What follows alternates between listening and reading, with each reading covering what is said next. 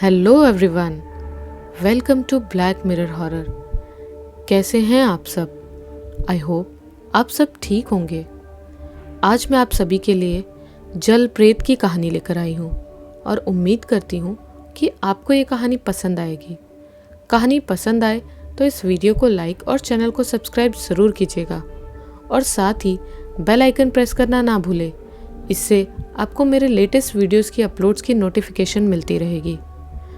तो चलिए अब शुरू करते हैं आज की कहानी। सोनू, सोनू, ज़ोर ज़ोर से कई लोगों के पुकारने की आवाज़ें हवा में गूंज रही थी। मैंने भी सुना तो दौड़ के बाहर गई। पता चला एक बच्चा अन्य बच्चों के साथ खेलने गया था, तालाब के पास से गायब हो गया। दूसरे बच्चों ने उसे नहीं पाया तो उसे ढूंढने लगे। न मिलने पर उसके घर खबर कर दी। उसके परिवार वाले घबरा कर तुरंत उसे ढूंढने आए। 10-11 साल का लड़का था। शहर से स्कूल की छुट्टियों में गांव आया था अपनी माँ के साथ। हमारे गांव में एक तालाब था। उसमें जानवरों को नहलाने से लेकर उनके भूसे को धोने तक का हर काम किया जाता। पीने का पानी कुएं से लिया जाता। बाद में हैंडपंप लग गए तो वो काम आने लगे। अरे, मैंने अपना नाम तो बताया ही नहीं। मैं उर्मिला हूँ। मेरी उम्र इस समय 15 साल है। इसी गांव में पैदा हुई, पली बड़ी, 2 भाइयों की इकलौती बहन। पिता की काफ़ी ज़मीन थी, किसानी भी करते और शहर में एक सेठ के यहाँ मुंशीगिरी भी। हमारे घर में 2 भैंसे, गाय, बैल, उनके कई बच्चे थे। उनकी देखभाल में हम सब लगते थे। उनकी साफ़ सफाई, चारा, भूसा, दूध निकालना सब मिलकर करते। घर में एक नीम का पेड़ लगा हुआ था आंगन में। चूल्हे पर खाना बनता। लकड़ी अरहर दाल के पौधों की होती। गोबर के कंडे भी प्रयोग होते। बेसन से लेकर सरसों का तेल, गुड़ सब घर का होता। गांव का जीवन बहुत सीधा सरल होता अगर ये तालाब और उससे जुड़ा डरावना सच न होता। तालाब के किनारे ढूंढते लोगों को सोनू एक पेड़ के नीचे पड़ा मिल गया तो सबने चैन की सांस ली। हमने तो सोचा था आज फिर एक बलि ले ली इसने, पर बच्चा बच गया। ईश्वर का लाख आभार है, गांव की बूढ़ी काकी विमला ने कहा। बाकी सब ने सिर्फ सिर हिलाया, कोई कुछ न बोला। जब बच्चे को उठाया तो पाया उसे काफ़ी तेज़ बुखार है। तुरंत गांव के वैद्य को बुलावा भेजा। बच्चे को उठाकर घर ले गए। तभी वैद्य जी भी आ गए थे। बच्चे को दवा दी। थोड़ी देर में बच्चे को होश आ गया, पर फिर भी वो जैसे होश में नहीं था। नशे में झूमते हुए अनाप शनाप बकने लगा। उसका दादा पास में बैठा बीड़ी पी रहा था। उसने झपट्टा मार के बीड़ी गिरा के बुझा दी। सब हैरान थे, ऐसा सोनू ने पहले तो नहीं किया था। कई घंटे तक वो पिए हुए व्यक्ति की तरह हरकतें करता रहा। कभी शांत हो जाता, कभी गुस्से में सबको घूरने लगता और अपशब्द कहने लगता। अपने दादा को उसने बीड़ी नहीं जलाने दी। परिवार ने समझा बुखार सिर चढ़ गया है तो ठंडे पानी की पट्टी रखने लगे, पर उससे भी कुछ न हुआ। कुछ ही घंटों में बच्चे ने दम तोड़ दिया। घर में कोहराम मच गया। कुछ तो हुआ है ज़रूर। तुम लोगों ने उसकी पूजा नहीं दी होगी या तुम में से पूजा में कोई कमी रह गई होगी। गांव की एक बूढ़ी औरत ने बच्चे की दादी से कहा, क्या बात करती हो? पूजा किस बात की देनी? हमारे यहाँ तो किसी ने उसकी पूजा खाई ही नहीं। बच्चे की दादी ने गुस्से से कहा, तो फिर ये सब क्यों हुआ? बच्चा एकदम से कैसे चला गया? बूढ़ी औरत ने फिर कहा, एकदम से कहाँ, कई घंटे बुखार में रहा, सन्नीपात हो गया होगा। बच्चे की दादी ने कहा, पर बच्चा डूब के नहीं मरा, वो तो घर आकर ही। बच्चे के दादा ने इस बार बीच में बोला, नहीं, बच्चा तो पहले ही मर चुका था। वो कोई और था जो यहाँ उधम मचाया था। उसकी बातें नहीं सुनी तुमने? बड़े बूढ़ों सी बातें कर रहा था, यहाँ तक कि आग भी नहीं जलाने दे रहा था। अब की बार विमला काकी ने कहा। सब चुप ही रहे।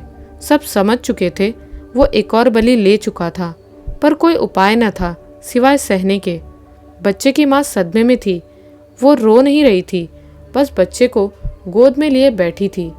जब लोगों ने देखा कि अंधेरा होने वाला है तो उन्होंने कहा, इसकी अंतिम क्रिया कर देनी चाहिए, कहीं कुछ और अनर्थ ना हो जाए। बच्चे को माँ से छुड़ाने की कोशिश की तो वो बिफर गई और चीखने लगी। वो उसके हाथ पैर हिला हिला के देख रही थी और कह रही थी, ये जिंदा है, अगर मर चुका होता तो अब तक शरीर अकड़ जाता। लोग उसे समझाने का प्रयास कर रहे थे। ना मानी तो ज़बरदस्ती उससे ठंडे पड़े शरीर को छुड़ा के ले गए। वो औरत रोते रोते बेहोश हो गई। मैं दूर से देख रही थी, फिर वापस घर आ गई।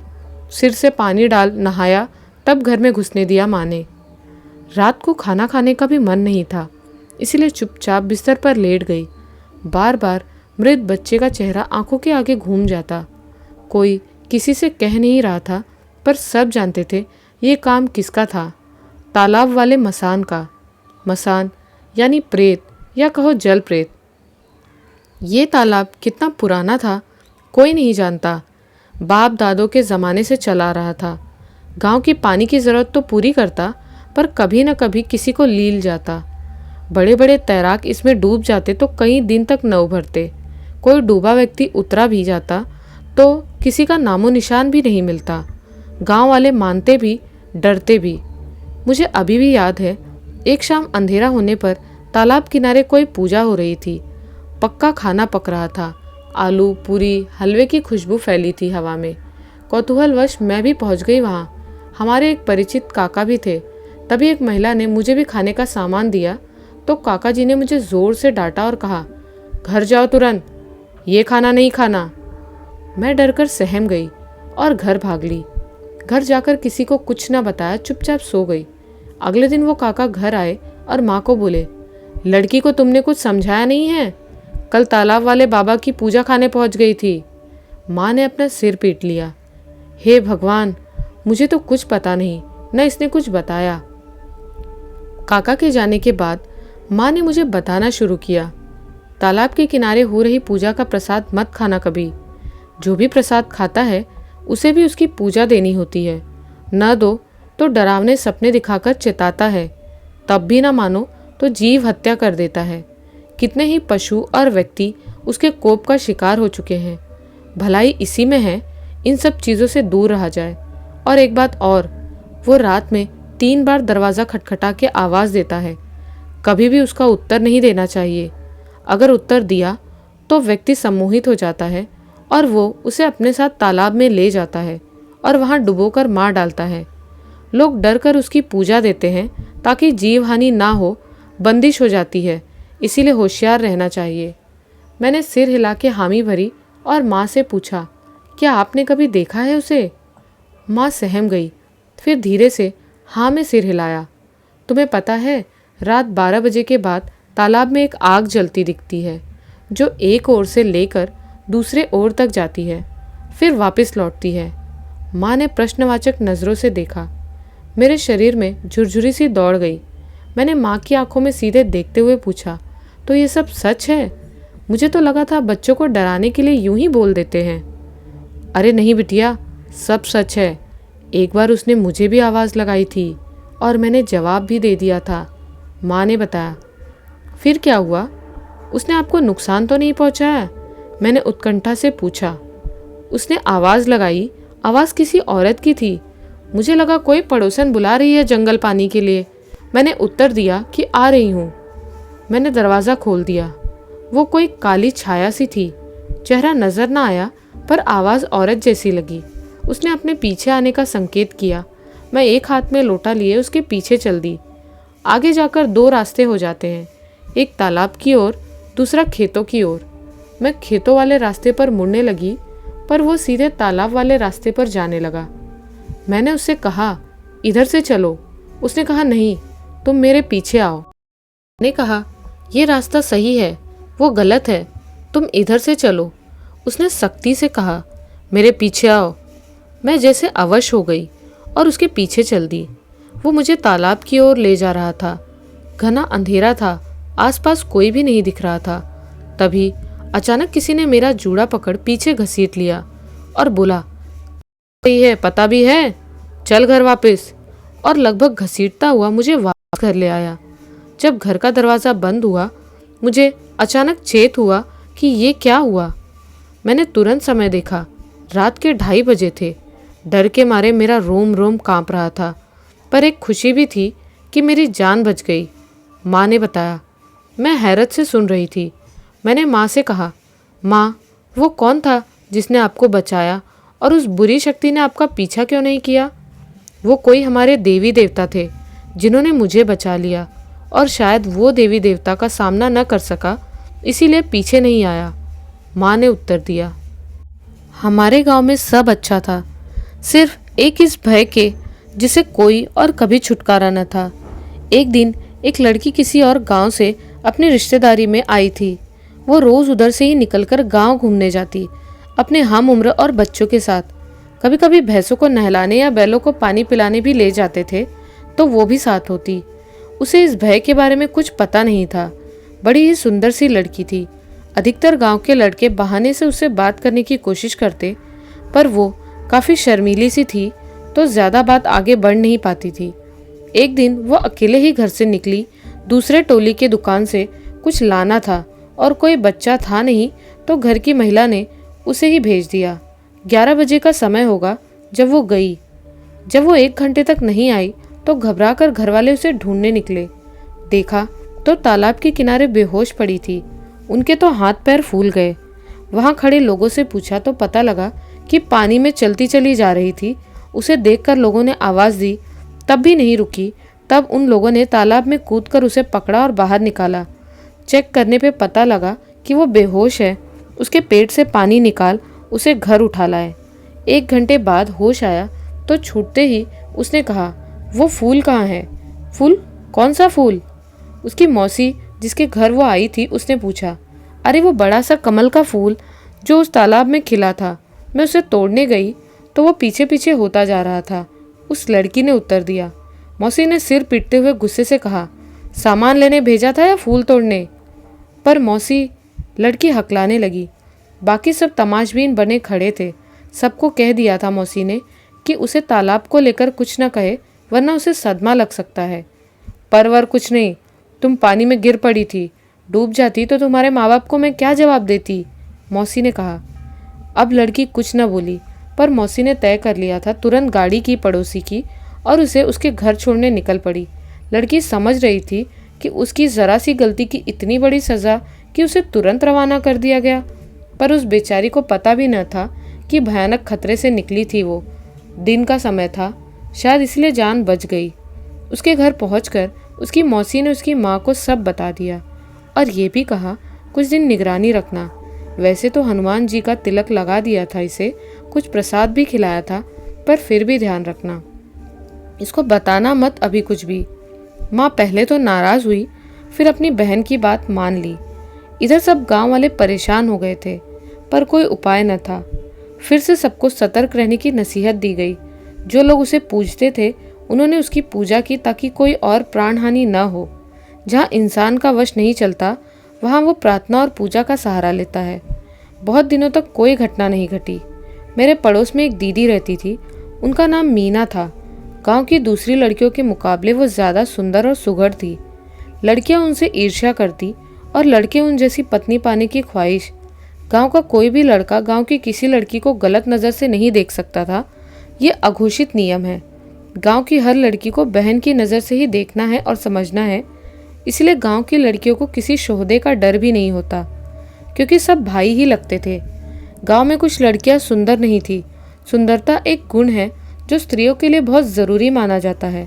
सुंदर लड़कियों की शादी जल्दी हो जाती, जबकि साधारण रंग की रूप की लड़की की शादी तय ही नहीं हो पाती। जब तक देखने का चलन नहीं था तब तक तो बिचौलिया रिश्ते करवाता था। जैसा वो कहता वैसा ही सब मान लेते और विवाह हो जाते थे। पर जब से लड़की देखने का चलन शुरू हुआ तब से लड़की वालों की मुसीबत हो गई। अगर लड़की सुंदर नहीं है तो लड़के वाले मुंह पर मना कर जाते और लड़की वालों की बेइज्जती हो जाती। उसका भी एक तरीका निकाला गया। जब लड़के वाले देखने आते तो किसी सुंदर लड़की को दिखा दिया जाता अपनी बेटी की जगह। फिर शादी पक्की हो जाती। शादी में अपनी बेटी की शादी कर देते। बाद में लड़के वाले गुस्सा करते, पर फिर होता कुछ नहीं। शादी तोड़ना आसान नहीं होता। इतना खर्चा और समाज में बेइज्जती का डर उन्हें खामोश कर देता। कुछ समय तक बहू का तिरस्कार भी करते, पर एक बार संतान हो जाती तो सब ठीक हो जाता। ऐसे ही एक बार रघुराज जी की बेटी की शादी की बात चली तो वो चिंतित हो उठे, क्योंकि उनकी बेटी साधारण रंग रूप की ही नहीं, पगली सी भी थी। कायदे से तो उन्हें शादी करनी ही नहीं चाहिए थी, पर गांव का माहौल ऐसा है कि जवान बेटी घर में नहीं रहनी चाहिए। उन्होंने भी वही तरीका निकाला। उन्होंने मीना को बुला लिया, ये कहकर कि उनकी बेटी को सजाना संवारना है और लड़की के साथ सहेली भी होनी चाहिए। जब मीना दीदी गई तो उनको ही लड़के के परिवार को दिखा दिया अपनी बेटी बताकर। सुंदर तो वो थी ही, पसंद आ गई। शादी तय हो गई। घर आकर ये बात मीना दीदी ने अपनी माँ को बताई। उन्होंने इसे गुप्त रखने को कहा और बोली कि अगर लड़के वालों को पता चल गया तो उसका रिश्ता टूट जाएगा, जो अच्छा नहीं होगा। बिटिया सबकी साझी होती हैं। अगर कोई लड़की झूठ बोल के भी अच्छे घर ब्याह रही हो तो ऐसा झूठ सच से ज़्यादा अच्छा होता है। मीना दीदी माँ की बात मान चुप हो गई।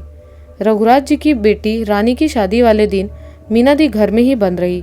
जब दूल्हा आया तो सबकी आंखें फटी की फटी रह गई। वो बांका, सजीला, गोरा चिट्टा लड़का था। दूल्हे की वेशभूषा में बहुत ही प्यारा लग रहा था। मीना दी की माँ की आह निकल गई। मीना के जोड़ का लड़का था ये, और ब्याह पगली के साथ जा रहा था। रानी के भाग्य खुल गए, सब यही बोल रहे थे। दूल्हा बहुत खुश था। उसने अपनी दुल्हन के बारे में भाभियों से ही सुना था। उसकी बहुत सुंदर, सुघड़, मीठा बोलने वाली प्यारी सी लड़की है। तब से वो उसे देखने को व्याकुल था। शादी की रस्में शुरू हुई। हंसी खुशी के माहौल में शादी हो रही थी कि सिंदूर डालते हुए दूल्हे के हाथ ठिठक गए। दुल्हन वैसी नहीं थी जैसी बताई गई थी। सांवला रंग, बेरौनक चेहरा, अजीब से नैन नक्श। दुल्हन का मेकअप भी उसे अच्छा नहीं दिखा पा रहा था। दूल्हा गंभीर हो गया। उसने अपने परिवार का ध्यान खींचने का प्रयास किया, पर दुल्हन पक्ष ने सब भाप लिया और शादी पूरी करवा कर ही दम लिया। शादी पूरी होते ही दूल्हा उठकर अपने जीजा जी के पास गया और उन्हें कहा उसे शक है कि दुल्हन बदल गई है, वो नहीं है जिसे उनके परिवार की महिलाएं देख कर गई थी। जीजा जी ने तुरंत ये बात अपने ससुर जी दूल्हे के पिता को बताई। वो हतप्रभ रह गए। उनके इकलौते बेटे की शादी थी। उन्होंने बहुत खर्चा किया था। अपनी इकलौती बहू के लिए महंगे कपड़े और गहने बनवाए, बड़े चाव से। और इतना बड़ा धोखा? उन्होंने अपने समधी से पूछा तो वो साफ मुकर गए।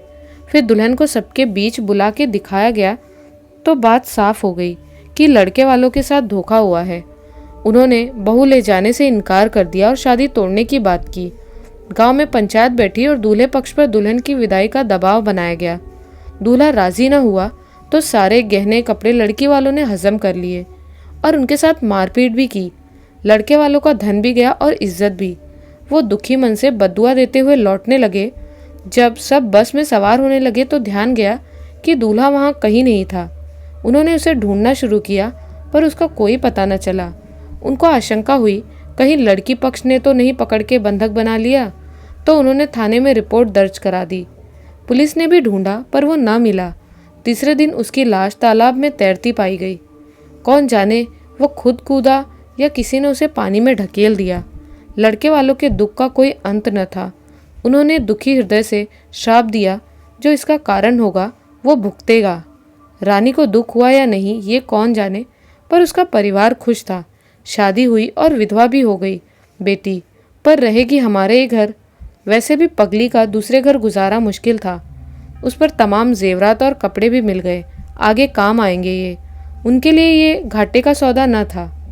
मीना और उसकी माँ को भी इससे गहरा दुख हुआ, पर उन्होंने प्रत्यक्ष रूप से कुछ न कहा। पर मीना के भाग्य पर दुर्भाग्य की छाया पड़ चुकी थी। 2 साल बाद मीना दी का विवाह एक संपन्न परिवार में हुआ। सुयोग्य वर घर पाकर मीना दी फूली न समाती थी। उनके पांव जमीन पर नहीं पड़ते थे। शादी के बाद पहली बार मीना दी मायके लौटी। अपने भाई के साथ कुछ दिनों बाद उनका नया नवेला बांका पति विदा कराने अपने छोटे भाई के साथ आया। कुछ दिन ससुराल में खातिर के लिए रोक लिया गया। दिन भर साली सलहजों से घिरा रहता। कभी सालों के साथ खेतों पर निकल जाता, वहीं बैठक जमती घंटों तक। एक दिन उसका साला बैलों को पानी पिलाने तालाब ले जा रहा था। वो भी साथ चला गया। वो किनारे बैठकर बात कर रहा था। बैल दिन भर खेतों में काम करके आए थे तो थक गए थे। उसका साला धीरे धीरे पानी डालकर उन्हें साफ भी कर रहा था। अचानक चुप्पी छा गई तो उसके साले का ध्यान टूटा। उसके जीजाजी वहाँ कहीं नहीं थे। उसने आवाज़ लगाई पर कोई जवाब न मिला।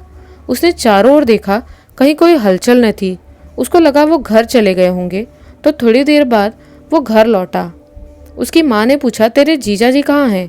वो घबरा कर बोला, क्या वो घर नहीं लौटे? नहीं तो, तेरे ही साथ गए थे ना, कहाँ छोड़ाया? माँ गुस्से से चिल्लाई। मेरे सामने ही तालाब के किनारे बैठे थे, अचानक कहीं गायब हो गए। मुझे लगा घर लौट गए होंगे। बेटे ने भी घबरा के जवाब दिया, ढूंढो तुरंत, नई जगह है, सबको बुला लो, सब मिलके ढूंढो, जल्दी करो, माँ ने आदेशात्मक स्वर में कहा। बेटा सिर हिलाता हुआ निकल गया। जाते जाते आवाज़ लगाकर अपने दोस्तों को भी बुला लिया। मीना दी के बाकी भाई बहन भी खोज में लग गए। मीना दी का चेहरा सफ़ेद पड़ गया। इनके दिल को चैन न था। सब जगह ढूंढा गया, तालाब के चारों ओर भी चक्कर लगा के देख लिया, कहीं कोई सुराग न मिला। सब थक हार कर बैठ गए।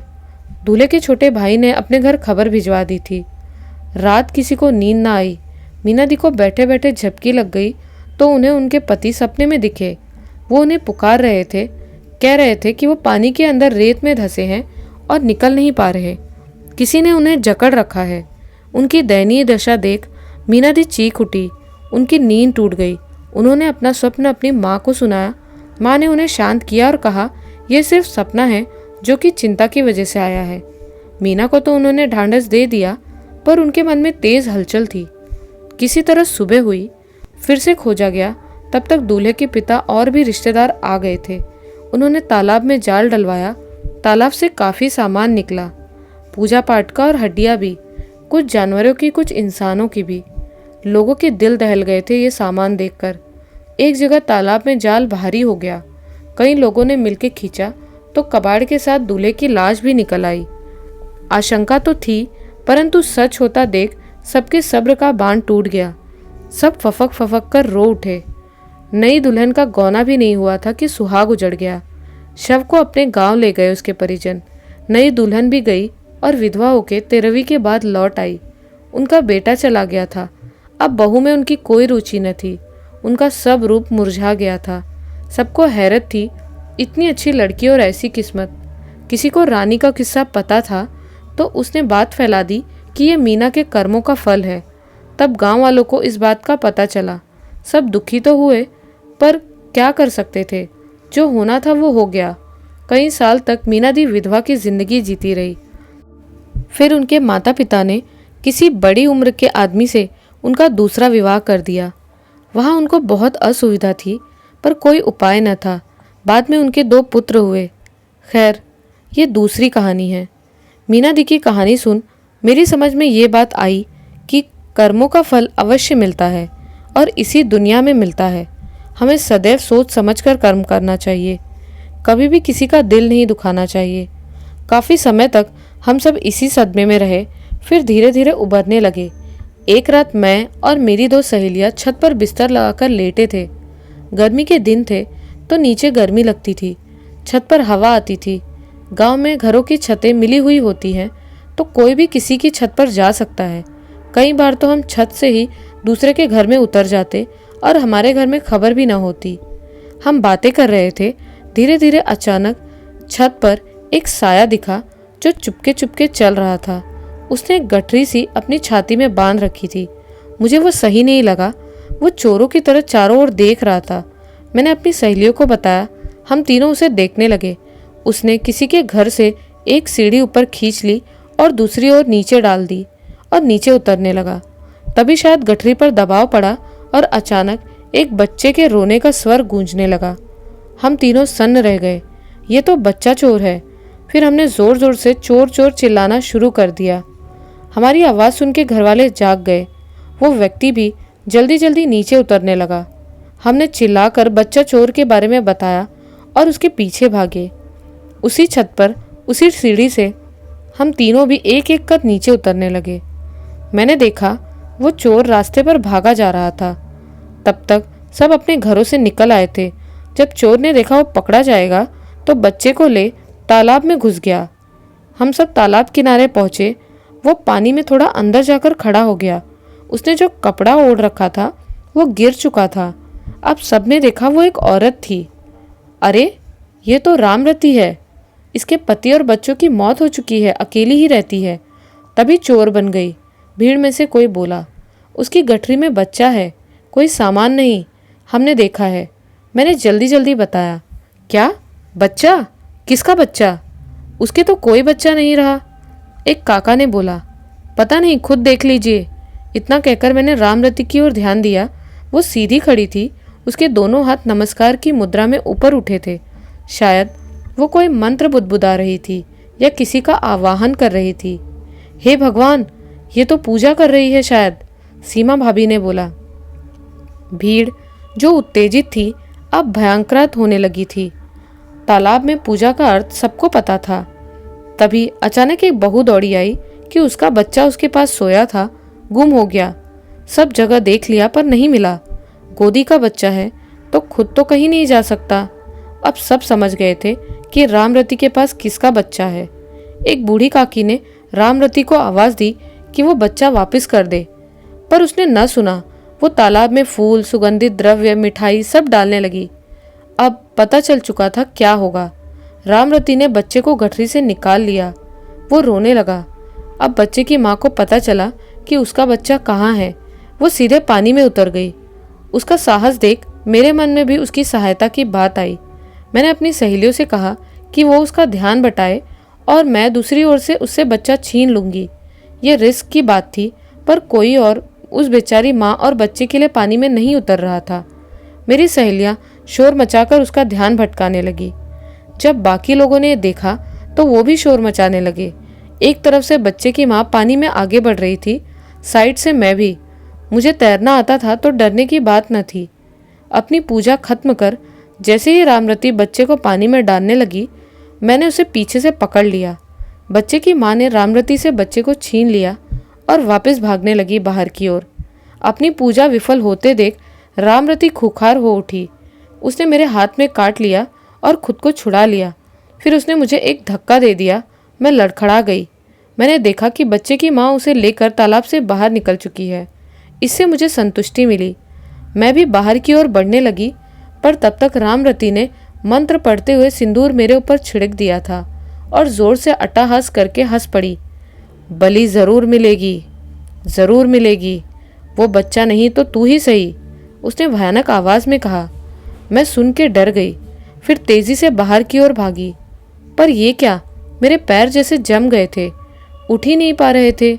मैंने अपने पैर के तलवों को ठंड से सुन्न होते पाया। जैसे शीत में बर्फ से सब जम जाता है, वैसे ये ठंड मेरे तलवों को जमाती हुई ऊपर की ओर बढ़ने लगी। आसन्न मृत्यु का आभास होते ही मैंने मदद के लिए आवाज लगाई, पर सब चौंक गए।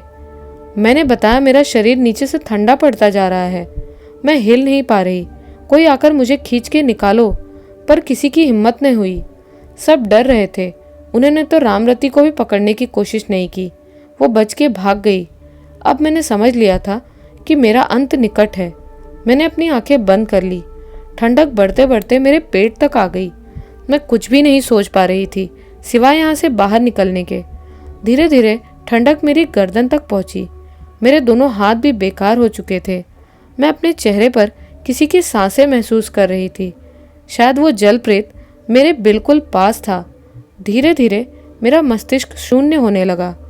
तभी अचानक एक वर्तुल सा मेरे हृदय में निकला और मेरे पूरे शरीर में फैल गया, और एक मंत्र मेरे अंदर अपने आप शुरू हो गया। मैं इस हालत में भी नहीं थी कि जाप भी कर सकती, पर वो मंत्र मेरे अवचेतन में वर्षों से था।